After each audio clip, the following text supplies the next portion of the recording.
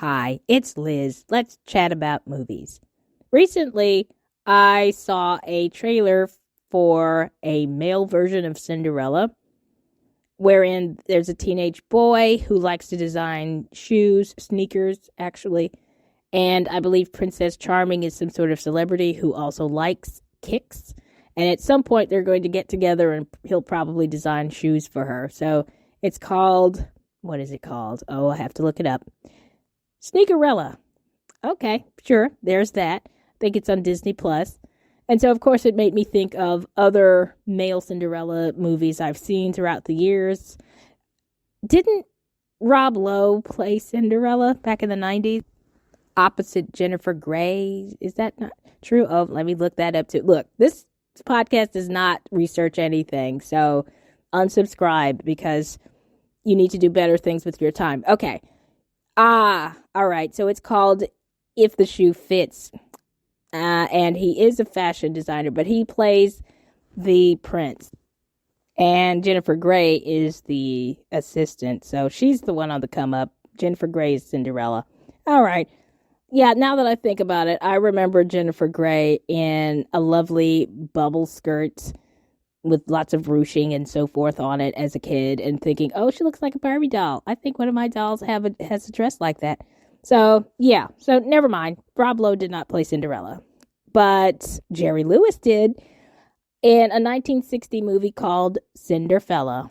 Now, if I remember correctly, Cinderfella was going to be launched in the summertime if Paramount Pictures had their way because they wanted a Jerry Lewis picture in summer, and he's like, no, I want that to be released in December during Christmas time. Families are out, so I'll give you something else. And then so he made The Bellboy in a few days at the Fontainebleau Hotel in Florida. It's just a series of events, very little dialogue. It's mostly sight gags.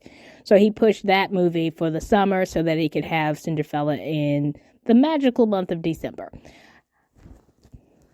I could be totally wrong about that, but that's the story I remember about Cinderella. So it's meant to be this sort of holiday family-friendly sort of film. And in some cases, it really is. It truly is magical. I loved seeing Jerry Lewis in his little sweatshirt and trousers. It indicates that he's there to work and he's working all day. He doesn't have time to go to glamorous things like parties. He has wicked stepbrothers instead of wicked stepsisters.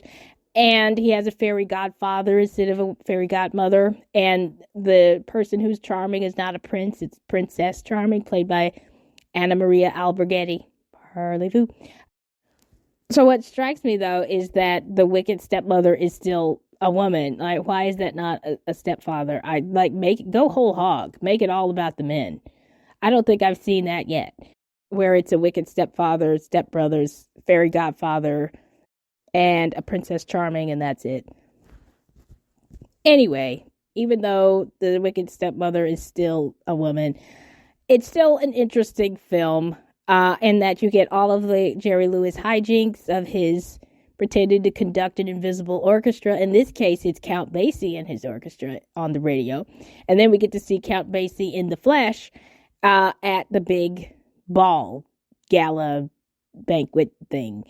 And probably the most iconic moments in the movie are when Jerry Lewis makes his entrance as Cinderella in his new suit, very snazzy 1960s red jacket with black pants, and he just takes his time walking to the beat that Count Basie sets in front of him like a red carpet. And, makes his way down the stairs. It's hilarious. So I think maybe what people think of when they think of Cinderella and remember it, probably the stairs.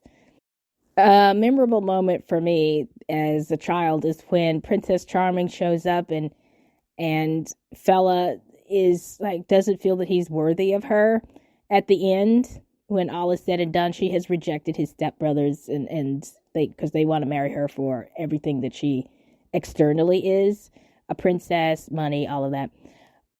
I remember Fella saying, I can't marry you or something like that because you're a person and I'm a people. And I thought, okay, that's an awkward thing to say. But I think he meant that she is an individual person who is recognized as such, and he is one of the crowd. He feels that he's not worthy of her because of class distinctions or title. She immediately starts to rip her sleeves off, and it's just disturbing, frankly, to me as a kid. So anyway, she starts ripping off her sleeves, and she takes her hat off, and then she pushes down on the heels of her shoes so that they become flats. Like, I thought, wow, your shoes must be really weak if you could just hit them a little bit and the heel comes off. Anyway, so here she is in her little ponytail now, her sleeveless dress, her ponytail, and her flats. So I guess make her look less like an imposing, intimidating person with a title. And she's like, I'm just here. I'm just a person. And so are you, or something like that. I can't remember what she says. I just remember her running after him in her now flat shoes. And they dance, and the balloons are around, and the end. So I guess he accepts that he is okay. He is worthy of her, but she had to sort of not come down to his level. Remind him that, oh no, I'm actually a real person. See, look, I have a ponytail like people do these days. Anyway, I remember it being a kind of sad ending. But they end up together, so I hope they're happy. Oh yeah, I also remember that he has a tree full of money, meaning he didn't leave because he loves the house and he loves his family, even though he could have left, but he knew where all the money was the whole time.